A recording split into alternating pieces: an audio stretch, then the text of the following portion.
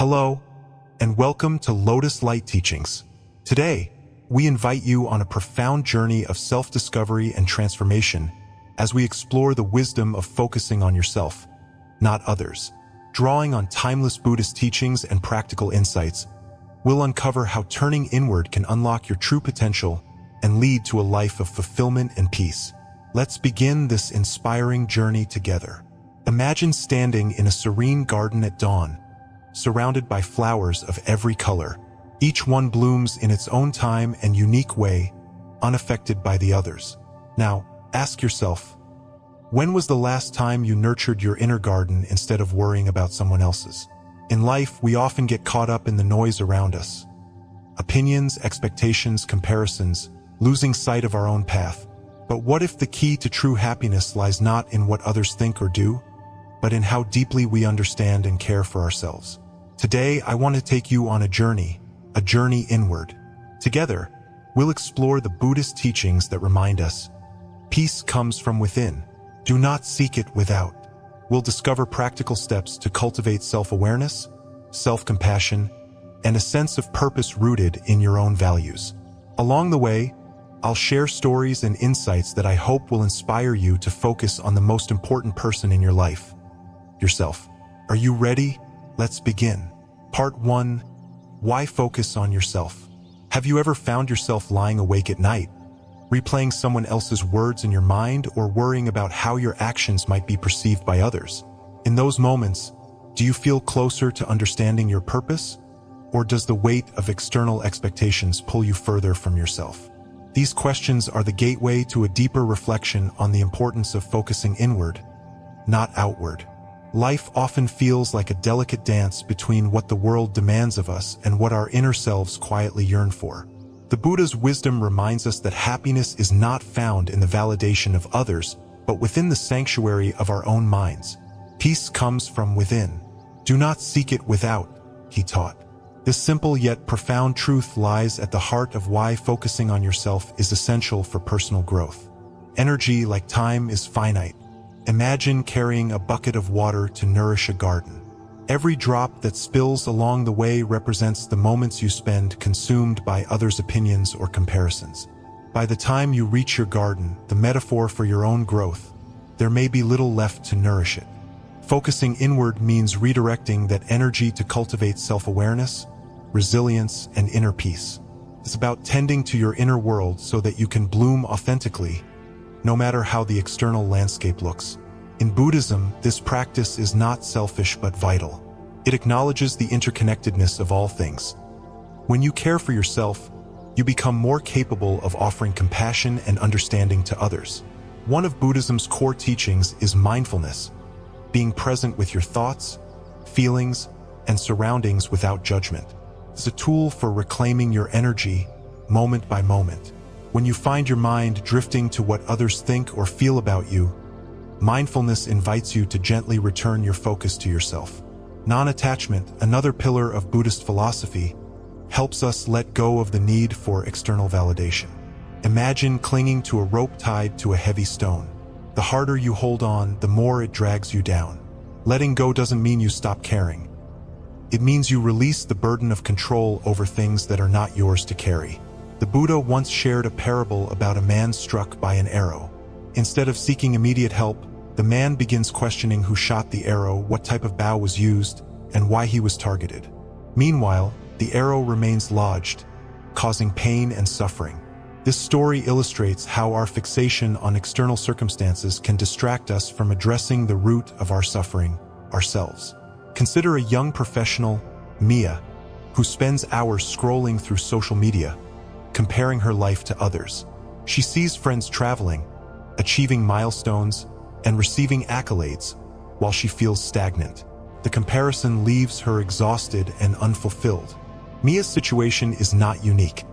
It's a modern mirror of the Buddha's teachings on dukkha, or suffering.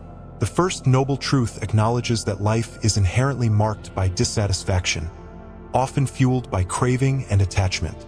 For Mia, focusing inward, perhaps through mindfulness practices or journaling, could reveal her unique desires and values, helping her move past the illusion that someone else's path determines her worth. When we stop expending energy on external distractions and focus inward, we create space for self-awareness. This is the cornerstone of personal growth. Buddhism calls us to examine our thoughts and actions through the lens of the Eightfold Path, a guide to ethical and mindful living. The Eightfold Path begins with right view, understanding the nature of reality, including the impermanence of all things. When you grasp that opinions, successes, and failures are fleeting, you become less tied to them. Instead, your energy is channeled toward what endures, your inner growth, your integrity, and your capacity for compassion. Turning inward requires courage.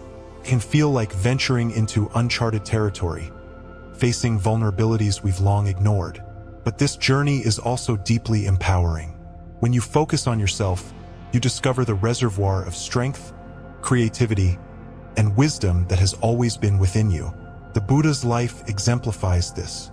Born into wealth and privilege, Siddhartha Gautama could have easily conformed to societal expectations. Instead, he turned inward, seeking answers to life's most profound questions. Through self-awareness and meditation, he uncovered the truths of existence and attained enlightenment. His journey reminds us that the answers we seek are not in the external world, but within ourselves. I remember a time when I felt lost, overwhelmed by the noise of others' expectations. It was a period of transition, and I found myself doubting every decision. One evening, I sat quietly with my thoughts, recalling the Buddha's teaching, "You, yourself, as much as anybody in the entire universe, deserve your love and affection." The simplicity of this wisdom struck me deeply. In that moment, I began to ask myself, what do I truly value? What brings me joy? Slowly, I realized that focusing on myself wasn't selfish. It was necessary. By nurturing my inner world, I became better equipped to navigate challenges and connect meaningfully with others. So, I invite you to pause and reflect. Where is your energy going? Is it spent worrying about others, or is it invested in your growth? Ask yourself, what would happen if I turned my focus inward? As we move forward on this journey, remember that self-awareness is not about perfection. It's about curiosity and compassion. With every step, you reclaim your energy and take another stride toward peace and fulfillment. Let the Buddha's words guide you. Peace comes from within. Do not seek it without. As you begin to focus on yourself, you may find that the peace you've been searching for has been within you all along. Part 2, Self-Awareness, the first step. How often do you sit quietly and ask yourself, who am I? Really? What drives my decisions, my emotions, my actions? These questions might seem simple, but they are the keys to understanding yourself on a deeper level. In the noise and haste of modern life, we often rush past the answers, too preoccupied with external demands to pause and reflect. Yet, the journey of self-awareness is where true transformation begins. The Buddha's teachings guide us to recognize that self-awareness is not about perfection. It's about clarity. It is the practice of seeing yourself fully, your strengths, your limitations, your desires, and your fears, with compassion and understanding. When you come to know yourself deeply, you begin to see life with greater wisdom and act with more intention. There is a story from the Buddha's life that illustrates this beautifully. Before his enlightenment, Siddhartha Gautama left the comforts of his princely life to seek answers to the nature of suffering. He explored extremes, first indulging in luxury, then practicing severe asceticism. But neither path brought him closer to truth. Only through mindfulness and self-reflection did he begin to see clearly the causes of suffering and the way to overcome it. His journey is a reminder that self-awareness is a process, one that requires patience and courage. Imagine, for a moment, a traveler walking through a dense forest. Without a map or compass, the journey becomes aimless, full of uncertainty and fear. Self-awareness is like finding that map. It doesn't eliminate all obstacles, but it provides a sense of direction. Knowing your inner landscape helps you navigate life with confidence and clarity. But how do we cultivate self-awareness in a world filled with distractions? The teachings of Buddhism offer practical tools that are as relevant today as they were thousands of years ago. One of the most powerful practices is mindfulness meditation. The Buddha likened the mind to a monkey, constantly jumping from thought to thought. Through meditation, we learn to observe this mental activity without judgment. You might sit quietly, focusing on your breath, and notice thoughts arising and passing like clouds in the sky. Over time, this practice reveals patterns in your thinking and emotional responses, allowing you to understand your mind's tendencies. Another tool is journaling. Writing down your thoughts and feelings can be a simple yet profound way to connect with yourself. It creates a space for reflection, helping you recognize recurring themes or challenges in your life. What are the things that bring you joy? What triggers your stress or anger? By putting these experiences into words, you gain insight into your inner world. There's also great wisdom in acknowledging your strengths and weaknesses. This isn't about labeling yourself as good or bad. It's about seeing yourself honestly and using that understanding to grow. Think about a tree. Its strength lies in its ability to bend with the wind without breaking. In the same way, knowing your limits allows you to adapt and thrive. In Buddhist philosophy, the concept of anicca, impermanence, teaches us that nothing in life is fixed. This includes our own identities. You are not confined to who you were yesterday or even who you are today. This understanding can be liberating. It means that growth is always possible, and self-awareness is not a destination but a continuous journey. Take, for example, the story of a young woman named Tara. After years of following a career path chosen by her parents, she began to feel restless and unfulfilled. She had always believed she was defined by others' expectations, but through mindfulness and reflection, she started to uncover her own passions. Slowly, she shifted her life's direction, finding work that aligned with her values and brought her joy. Tara's story shows us that self-awareness is not just about knowing who you are, but also about rediscovering who you can become. The Buddhist teachings on the Four Noble Truths also play a critical role in self-awareness. The first truth acknowledges that suffering is an inherent part of life. This might seem discouraging, but it's actually an invitation to look inward and understand the root causes of our pain.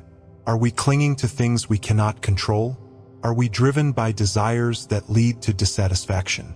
By examining these questions, we begin to untangle the habits of mind that perpetuate our suffering. And yet, self-awareness is not just about understanding our challenges. It's also about recognizing the good within us, the seeds of compassion, wisdom, and resilience. The Buddha often spoke of Buddha nature, the inherent potential for enlightenment that exists in all beings. This means that no matter how lost or confused you feel, there is always a part of you that is wise and whole. To nurture this awareness, it can be helpful to practice loving-kindness meditation, a technique that involves silently wishing yourself and others well. Phrases like, "May I be happy," "May I be healthy," "May I be free from suffering," can help cultivate a sense of warmth and acceptance toward yourself. This practice reminds you that self-awareness is not about harsh self-criticism, but about gentle curiosity and care. In modern life, there are countless ways to integrate these teachings into your routine. You might begin your day with a few moments of mindfulness, setting an intention to stay present and aware throughout the day. Or perhaps you end your day by journaling, reflecting on what you learned about yourself. Even small acts, like pausing to take a deep breath during a stressful moment, can help you reconnect with yourself. As you continue to cultivate self-awareness, you may notice subtle changes. You might feel more grounded, more in tune with your emotions, and more capable of responding to life's challenges with equanimity. This is the beginning of wisdom, the kind that grows not from books or theories, but from your own lived experience. There's a saying in Buddhism, "When the student is ready, the teacher will appear."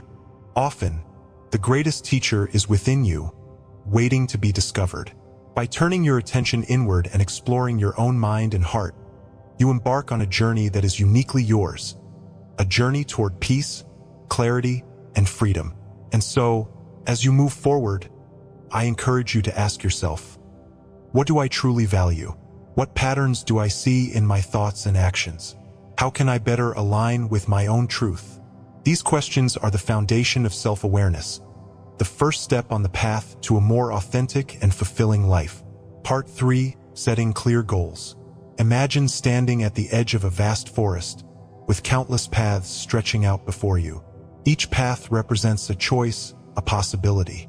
Without a clear sense of direction, it's easy to wander aimlessly, unsure of where to go. Life often feels like this forest, a tangle of opportunities, expectations, and distractions. But when you know where you want to go, every step becomes purposeful, every choice intentional. Setting clear goals is like finding a compass. It aligns your actions with your true self and provides clarity in an otherwise overwhelming landscape. In the teachings of the Buddha, the concept of right intention in the Eightfold Path serves as this compass. It reminds us to set goals rooted in ethical and meaningful pursuits, not driven by greed, hatred, or delusion. Right intention is not just about what we aim to achieve, but about why and how we pursue it. It calls for integrity and mindfulness, urging us to align our aspirations with values that bring genuine fulfillment.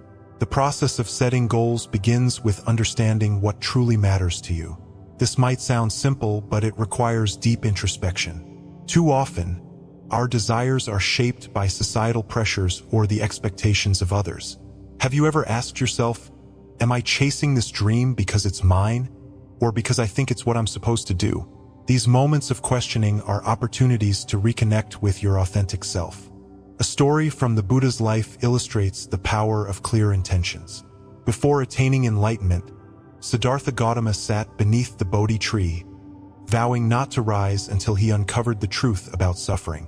His unwavering focus and determination became a testament to the strength of a clear, purposeful goal. Siddhartha's journey shows us that clarity of intention fuels perseverance, even in the face of great challenges. But how do we translate this wisdom into our own lives? One practical approach is to use the SMART framework, setting goals that are specific, measurable, achievable, relevant, and time-bound. For example, instead of saying, I want to be happier, you might set a goal like, I will practice mindfulness meditation for 10 minutes each morning for the next 3 months. This gives your aspiration a tangible form, making it easier to take actionable steps. Visualization is another powerful tool. Close your eyes and picture yourself achieving your goal. Imagine the steps you took, the obstacles you overcame, and the emotions you felt at the moment of success. Visualization not only strengthens your commitment, but also helps you anticipate and prepare for potential challenges. It transforms a distant dream into a vivid reality in your mind. However, setting goals isn't just about personal achievement. It's also about aligning with the larger principles of life. The Buddhist concept of karma teaches us that our actions have consequences, shaping not only our own lives but also the world around us. When we set goals that are mindful of their impact on others, we create harmony and contribute to collective well-being. For instance, choosing a career that aligns with your values can bring not only personal satisfaction but also benefit those you serve. A woman named Lila provides a modern example of this principle. For years, she worked tirelessly in a high-paying corporate job, driven by the promise of success. But despite her achievements, she felt unfulfilled. After reflecting on her true values, she realized her passion lay in teaching. Transitioning to a career in education required sacrifices, but the sense of purpose she found made every effort worthwhile. Lila's story reminds us that goals aligned with our values bring a deeper sense of contentment than those pursued for external validation. In Buddhism, the principle of anicca, or impermanence, also plays a crucial role in setting goals. Recognizing that all things are transient can help us approach our aspirations with flexibility and openness. Sometimes the path to a goal changes, or we discover that our original aim no longer serves us. This is not a failure but a natural part of growth. Embracing impermanence allows us to adapt, refining our intentions as we learn more about ourselves and the world. Consider the journey of a young artist named Ravi. He began his career with the dream of becoming a celebrated painter. But as he delved deeper into his craft, he discovered a passion for teaching art to underprivileged children. While this wasn't his original goal, it brought him immense joy and a sense of purpose. Ravi's story illustrates that staying connected to your values can lead you to unexpected yet fulfilling destinations. Another vital aspect of goal setting is patience. In our fast-paced world, we often expect immediate results, but meaningful progress takes time. The Buddha likened spiritual growth to the planting of a seed. You cannot force it to grow. You can only nurture it with care and trust in its natural unfolding. In the same way, pursuing your goals requires consistent effort and faith in the process. Self-compassion is equally important. Along the way, you might face setbacks or moments of doubt. Rather than criticizing yourself, approach these experiences with kindness. The Buddha taught that mistakes are opportunities for learning, not reasons for self-punishment. When you treat yourself with understanding, you build resilience and maintain the motivation to keep moving forward. As you reflect on the goals you want to set, consider this. Are they aligned with your values? Do they contribute to your well-being and the well-being of others? By asking these questions, you create a foundation for goals that are not only meaningful but also transformative. Life, much like the forest, is full of paths waiting to be explored. With clarity of intention and a commitment to living authentically, every step you take becomes part of a purposeful journey. Whether your goal is to cultivate inner peace, build a meaningful career, or simply bring more joy into your daily life, the wisdom of setting clear goals will guide you toward a life that resonates with your true self. Part 4. The importance of self-care. Have you ever paused in the midst of a busy day to truly ask yourself, how am I doing? Not in the hurried, surface-level way we often check in, but deeply and honestly. In the rush to meet deadlines, care for others, and navigate life's demands, it's easy to overlook the most fundamental act of kindness, caring for yourself. Yet, self-care is not a luxury. It is a necessity, a foundation upon which your physical, mental, and emotional well-being rests.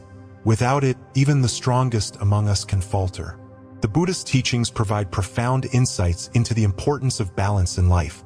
He spoke of the middle way, a path that avoids the extremes of self-indulgence and self-denial. This principle is as relevant today as it was thousands of years ago, guiding us to nurture ourselves without excess or neglect. It reminds us that self-care is not about indulgence, but about maintaining equilibrium, a harmony that allows us to thrive. The story of Siddhartha Gautama's own journey highlights this beautifully. Before he became the Buddha, Siddhartha pursued a life of severe asceticism, believing that self-denial was the path to enlightenment. He deprived his body of basic nourishment, pushing himself to the brink of death. But in his frailty, he realized that such extremes were not the way. He accepted food offered by a kind villager and chose to follow the middle way, balancing his physical needs with his spiritual aspirations. This turning point not only saved his life, but also set him on the path to enlightenment. What does this mean for us in the modern world? Life often feels like a tightrope walk between overworking and burning out, between self-neglect and overindulgence. Self-care is the act of finding your footing, of creating space for renewal and growth. It's about recognizing that you cannot pour from an empty cup. To give your best to others, you must first nourish yourself. Physical well-being is a vital aspect of self-care. Your body is the vehicle through which you experience life, and its health directly influences your mind and emotions. Simple acts like regular exercise, eating nourishing foods, and getting adequate rest can make a world of difference. Imagine your body as a garden. If you neglect it, weeds of fatigue and illness begin to grow. But when you tend to it with care, it flourishes, providing strength and vitality. But self-care goes beyond the physical. Mental and emotional well-being require just as much attention. Have you ever noticed how a quiet moment of reflection or a walk in nature can shift your entire perspective? These small acts of mindfulness bring clarity and peace, reminding you of the present moment's richness. The Buddha often emphasized the power of mindfulness, not as an escape from life's challenges, but as a way to meet them with calm and wisdom. Consider the practice of dedicating time each day to something that brings you joy. For one person, it might be painting. For another, it could be reading or listening to music. These moments of delight act as anchors, grounding you amid life's storms. They are reminders that life is not merely about doing, but about being, about experiencing the beauty and simplicity of the present. The importance of self-care becomes even clearer when we explore the Buddhist principle of anicca, or impermanence. Everything in life is fleeting. Our challenges, our joys, even our very selves. This understanding can feel daunting, but it also holds a liberating truth. Because life is impermanent, every moment of care you give yourself is a gift. It's an act of honoring the time you have, of cherishing the vessel that carries you through this transient existence. There's a story about a monk who carried a cracked water pot to the river every day. Despite its flaws, the pot still brought water back to the monastery, nourishing the plants along the path. The monk saw the pot's imperfection not as a limitation but as part of its beauty, a reminder of its unique role. Similarly, self-care is about embracing your imperfections and treating yourself with the same compassion you would offer a dear friend. In today's fast-paced world, building a self-care plan can feel overwhelming. But it doesn't have to be complicated. Start small. Perhaps begin with a few minutes of mindfulness meditation each morning, focusing on your breath and setting an intention for the day. Add a short walk or some stretches to your routine, allowing your body to release tension. Explore foods that nourish you, not just physically but emotionally, meals that bring comfort and joy. These small acts accumulate, creating a foundation of care that supports you through life's challenges. It's also important to recognize the interconnectedness of self-care and compassion. When you care for yourself, you cultivate the strength and patience to care for others. This is not a selfish act but a ripple effect. Just as a well-tended tree provides shade and fruit to those around it, your well-being benefits your loved ones and your community. Reflecting on my own life, there have been times when I neglected self-care, convinced that focusing on others was the more noble path. But over time, I learned that burnout doesn't serve anyone. When I began prioritizing my well-being through meditation, journaling, and simply listening to my body, I found that I had more to give. My relationships deepened, and my perspective widened, allowing me to meet challenges with grace. Perhaps you've experienced something similar. Maybe you've felt the weight of trying to do it all, of putting everyone else's needs above your own. If so, I encourage you to pause and ask yourself, what do I need right now? Listen to the answer, even if it's as simple as a moment to breathe. These small acknowledgments of your own needs are acts of profound self-respect. The Buddha once said, "To keep the body in good health is a duty. Otherwise, we shall not be able to keep our mind strong and clear." These words remind us that self-care is not indulgence but responsibility, a way to honor the gift of life and the potential within us. As you continue this journey, let self-care become a daily practice, a quiet commitment to yourself. Embrace the middle way, avoiding the extremes of neglect and excess. Find balance in the small rituals that bring you peace. And remember, just as the Buddha found enlightenment under the Bodhi tree by nourishing both his body and spirit, you too can find clarity and strength by caring for yourself. Each act of self-care is a step toward harmony, a way of saying to yourself, I am worthy of kindness. And as you walk this path, may you find not only renewal but also a deeper connection to the world around you. A connection rooted in compassion, balance, and the gentle wisdom of the middle way. Part 5. Practicing self-compassion. Imagine a friend confides in you about a mistake they made or a struggle they are facing.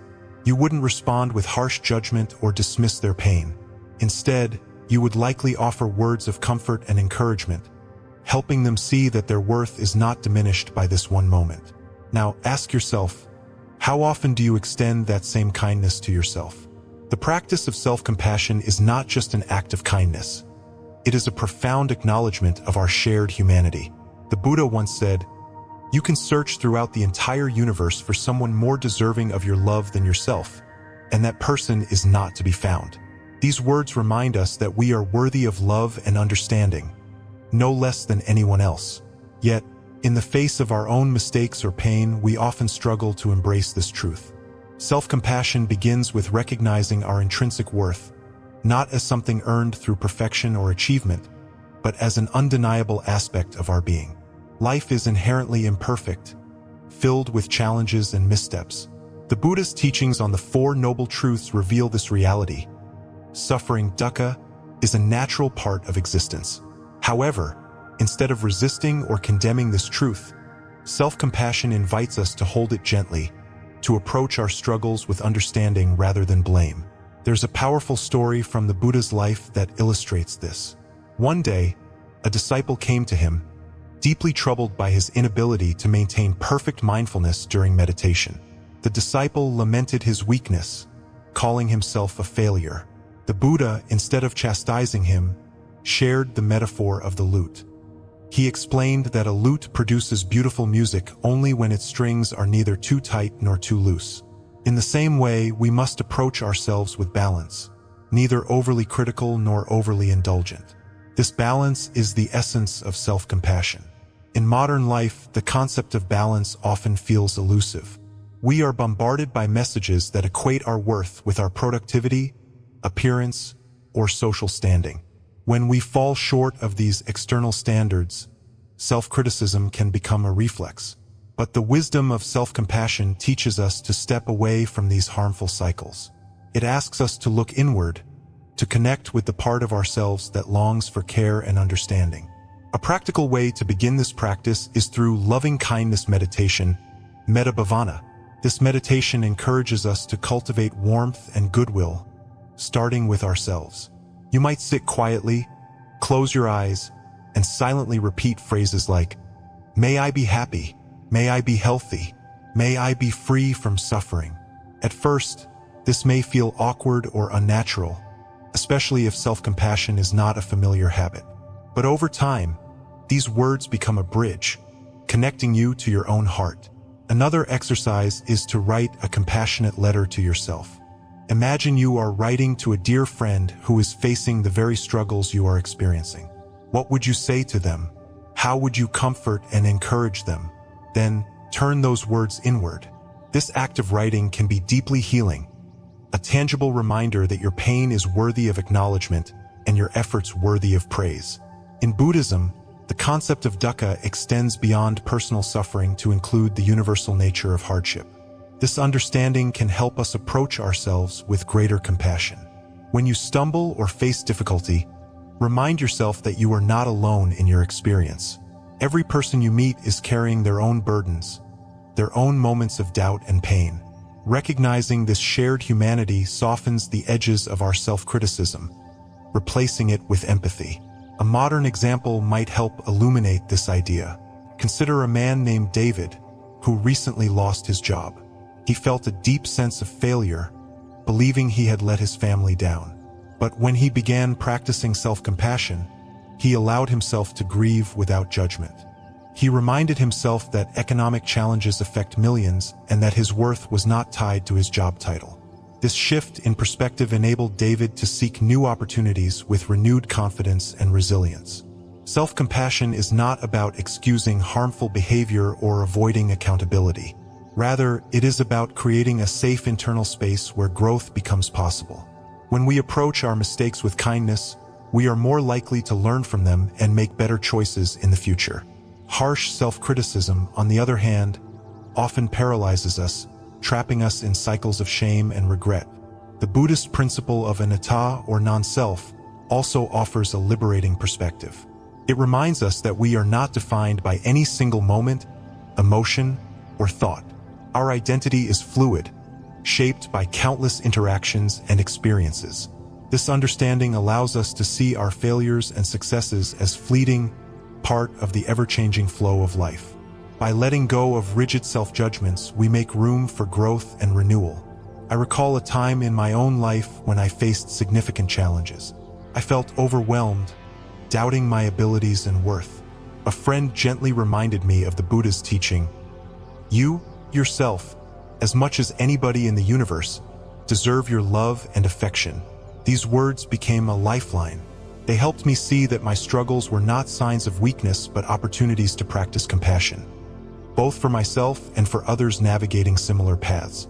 Perhaps you've had moments like this too, where the weight of expectation or regret felt unbearable. In those times, I invite you to pause and ask, what would I say to a friend in my position? Then offer those words to yourself. You may find that this simple act opens the door to healing, allowing you to move forward with greater ease. As we explore the practice of self-compassion, it's important to remember that it is a skill, not an innate trait. Like learning to play an instrument or speak a new language, It takes time and patience. There will be moments when self-criticism creeps back in, but each time you choose compassion, you strengthen that muscle.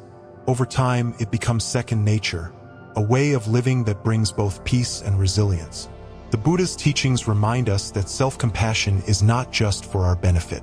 When we treat ourselves with kindness, we become more capable of extending that kindness to others.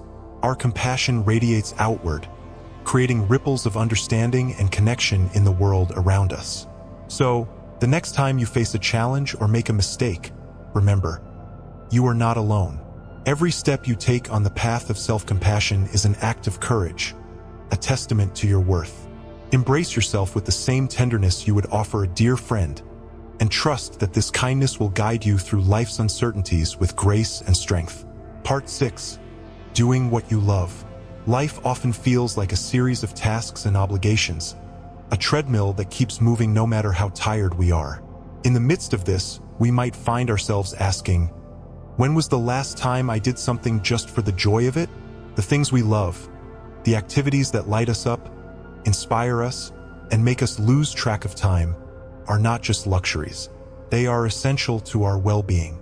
Engaging in what we love nurtures creativity, reduces stress, and brings us closer to the essence of who we are. The Buddha's teachings offer timeless wisdom on this subject. He emphasized the importance of aligning our actions with our values, a principle encapsulated in the Eightfold Path through right livelihood and right action. These teachings remind us that the work we do and the way we live should reflect our inner truths and contribute to the well-being of ourselves and others. It's not about perfection, but about finding harmony between our actions and our deepest intentions. Imagine for a moment a potter at their wheel. Their hands are covered in clay, shaping a vessel with care and focus. For them, the act of creating is not merely work. It's an expression of joy and connection. Doing what we love is like this. It anchors us in the present moment, dissolving worries and distractions. It's a reminder that life is not just about achieving, but also about experiencing. In modern life, it's easy to lose sight of this. Many of us feel trapped in routines that leave little room for our passions. But the Buddha's teaching, just as a candle cannot burn without fire, men cannot live without a spiritual life, urges us to reconnect with what gives our lives meaning. This spiritual life doesn't have to be religious. It can be found in the simple joys of painting, writing, gardening, or spending time with loved ones. These moments feed our spirit, allowing us to live more authentically. To incorporate these practices into daily life, start by reflecting on what truly brings you joy. What activities make you feel most alive? Create a list of these passions, no matter how small or seemingly trivial. It might include playing an instrument, hiking in nature, or simply enjoying a cup of tea in silence. Once you have your list, commit to making space for these activities. Even dedicating just a few minutes a day to what you love can have a profound impact on your well-being. It's also important to balance work and relaxation. Many of us push ourselves relentlessly, believing that rest is indulgent or unproductive. But just as a field needs time to lie fallow before it can yield a new harvest, we too need moments of rest to recharge. These pauses are not wasted time. They are essential for sustaining our energy and creativity. Consider the story of a woman named Anya. For years, Anya worked in a demanding corporate job, chasing promotions and accolades. But despite her success, she felt empty. One day, she stumbled upon an old sketchbook from her childhood and began drawing again in her free time. This simple act of reconnecting with her love of art brought her immense joy and clarity. She eventually transitioned to a career in graphic design, aligning her livelihood with her passion. Anya's story reminds us that doing what we love is not just a personal indulgence. It's a way to align with our values and live more fully. Part 7. Avoiding comparisons. Have you ever found yourself looking at someone else's life and feeling inadequate? Perhaps a friend's accomplishments made you question your own, or someone's success left you doubting your worth. These moments of comparison can be deeply unsettling, pulling us away from the path of self-acceptance. But the Buddha's teachings offer a way out of this cycle, inviting us to embrace our unique journey instead of measuring it against others. Comparison often stems from a misunderstanding of our own value. When we look outward for validation, we forget that our worth is not determined by external achievements. The principle of upekkha, or equanimity, in Buddhism teaches us to remain balanced and detached from external judgments. This doesn't mean indifference. It means recognizing that our value is inherent and not dependent on comparison. The Buddha once shared the metaphor of the lotus flower. Growing in muddy water, the lotus remains unstained, rising above its environment to bloom in purity and beauty. Each lotus blooms in its own time, unaffected by the others around it. This image reminds us that, like the lotus, we each have our unique path. Comparing ourselves to others is like judging one lotus against another. It overlooks the individual beauty and timing of each bloom. In modern life, social media often amplifies the tendency to compare. We see curated snapshots of other people's lives and mistakenly believe they represent the whole truth. But just as the surface of a pond reflects only a partial view of its depths, these glimpses don't capture the full reality. Practicing mindfulness can help us step back from these illusions. When feelings of comparison arise, pause and take a deep breath. Remind yourself that everyone's journey is unique, and your worth is not diminished by someone else's success. Gratitude is another powerful antidote to comparison. By focusing on what you have, rather than what you lack, you shift your perspective from scarcity to abundance. Consider keeping a gratitude journal, noting 3 things each day that bring you joy or fulfillment. Over time, this practice helps you see your own life with greater appreciation and contentment. There's a story about a young monk who struggled with jealousy toward another disciple. The elder monk, seeing his distress, asked him to carry a bowl of water across the monastery without spilling a drop. As the young monk focused intently on the water, he forgot about his jealousy. The elder then explained, "When you focus on your own path, there is no time to envy others." This simple lesson reminds us that staying grounded in our journey is the key to inner peace. Avoiding comparisons doesn't mean ignoring others' successes. It means celebrating them without losing sight of your own path. Each person's journey is shaped by their unique circumstances, talents, and challenges. When you embrace this truth, you free yourself from the weight of comparison and open your heart to self-acceptance. As you reflect on these teachings, consider this question: what makes your journey uniquely yours?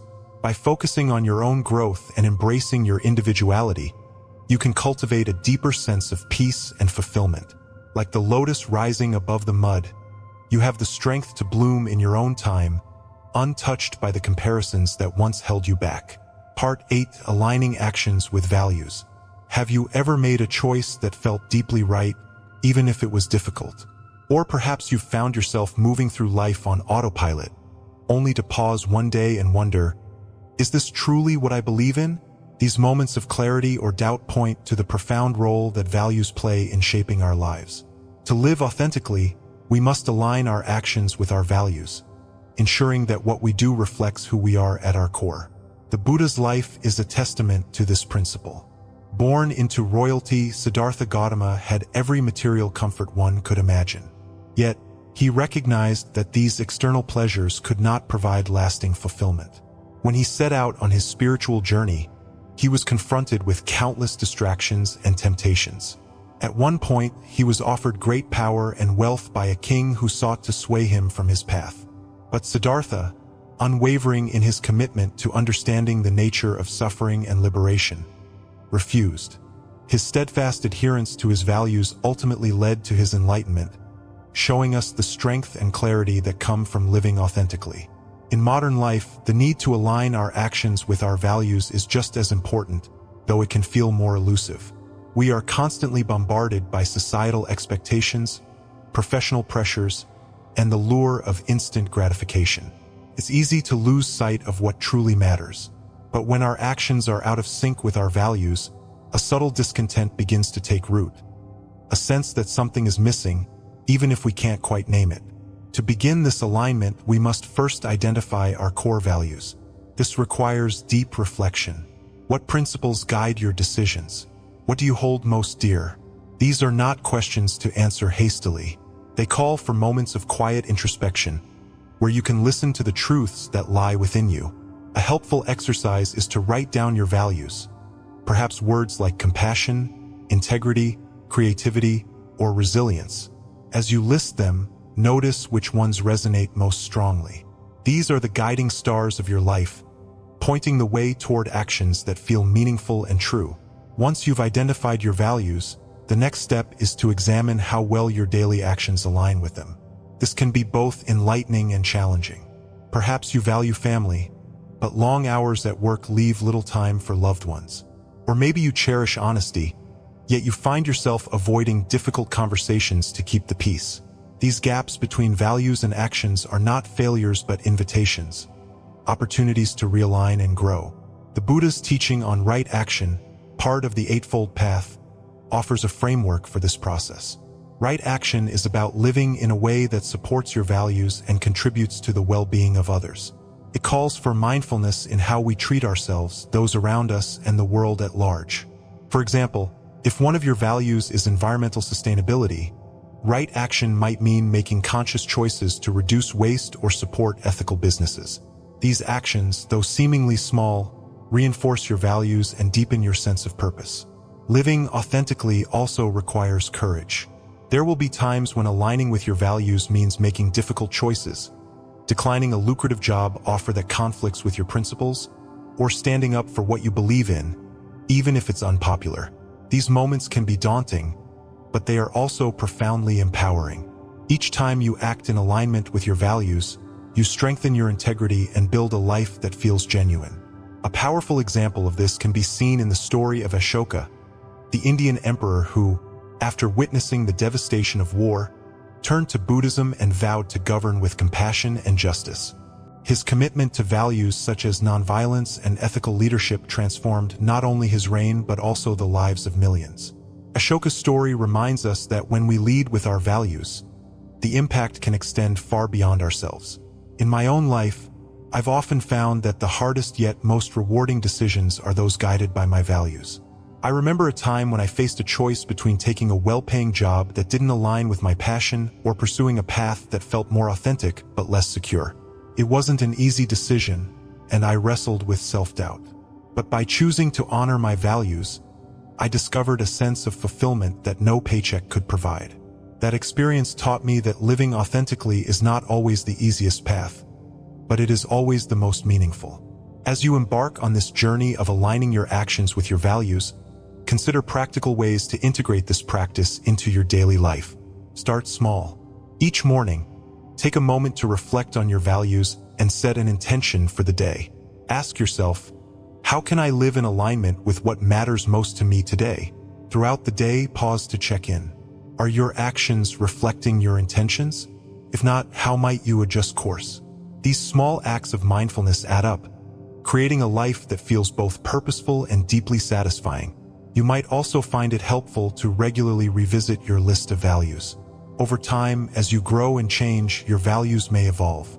Embracing this evolution is part of living authentically, allowing your actions to flow naturally from the person you are becoming. In Buddhism, the principle of anicca, or impermanence, reminds us that life is constantly changing.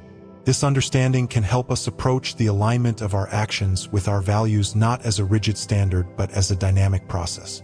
There will be moments when you fall short of your ideals, and that's okay. What matters is the intention to realign and the willingness to try again. As you reflect on your values and align your actions with them, you may notice a profound shift, not just in your sense of purpose but in your relationships, your work, and your overall well-being. Living authentically creates a ripple effect, inspiring others to do the same. It fosters a deeper connection to yourself and to the world, grounded in the knowledge that your life is a reflection of your truest self. As we near the end of this journey, let's revisit the image of that serene garden. Picture the flowers again, thriving in their own time, each unique and beautiful in its way. That garden represents your inner world, a place that flourishes when nurtured with self-awareness, compassion, and purpose. We've explored the power of focusing inward, drawing wisdom from Buddhist teachings like mindfulness, self-compassion, and non-attachment. You've learned how to set meaningful goals, practice gratitude, and align your actions with your core values. These steps aren't just abstract ideas. They are tools to create a life filled with peace, authenticity, and joy. But this is just the beginning. Transformation doesn't happen overnight. It's a gradual process, like tending to a garden one day at a time. So, I encourage you to take small, consistent steps. Reflect on your values. Commit to daily mindfulness. Treat yourself with the kindness you so readily offer others. And most importantly, trust in your own journey, free from the weight of comparison or external validation. As the Buddha said, you yourself, as much as anybody in the universe, deserve your love and affection. Hold this truth close to your heart as you move forward. Now, I leave you with a question to ponder. What is one small but meaningful step you can take today to nurture your inner peace? If this message resonated with you, please take a moment to like, comment, and share it with someone who might need these words. Let's spread the light of self-discovery and inspire others to embark on their own transformative journeys. Thank you for being here with me today. Until next time, remember to cherish yourself, embrace your path, and let your inner garden bloom. See you in the next video on Lotus Light Teachings.